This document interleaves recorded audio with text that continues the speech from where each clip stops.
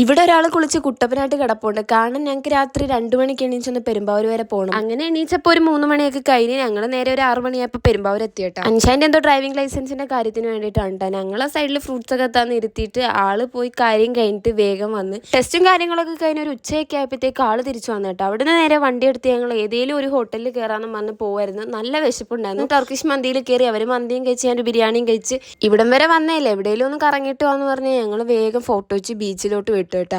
അങ്ങനെ കാറൊക്കെ പാർക്ക് ചെയ്ത് ഞങ്ങൾ ബീച്ചിൽ ഇറങ്ങിയിട്ടാ. ഞങ്ങൾ ഇറങ്ങിയപ്പോൾ തന്നെ അത്യാവശ്യം നല്ല കാറ്റും എന്തൊക്കെയോ ഒരു മൂടി ക്ലൈമറ്റ് ആയിരുന്നു. കാരണം മഴയ്ക്കുള്ള സാധ്യത ഉണ്ടായിരുന്നു. അതുമാത്രമല്ല എല്ലാവരും വെളുപ്പിനെ എണീച്ച് വന്നുകൊണ്ട് തന്നെ എല്ലാവർക്കും നല്ല ഉറക്കക്ഷീണം ഉണ്ടായിരുന്നു. അതുകൊണ്ട് തന്നെ എല്ലാവർക്കും ഇറങ്ങാനൊരു മടിയായിരുന്നു. പിന്നെ ജസ്റ്റ് ഒന്ന് നടന്നിട്ട് വരാമെന്ന് പറഞ്ഞ് ഞങ്ങൾ ഇറങ്ങിയതാണ്.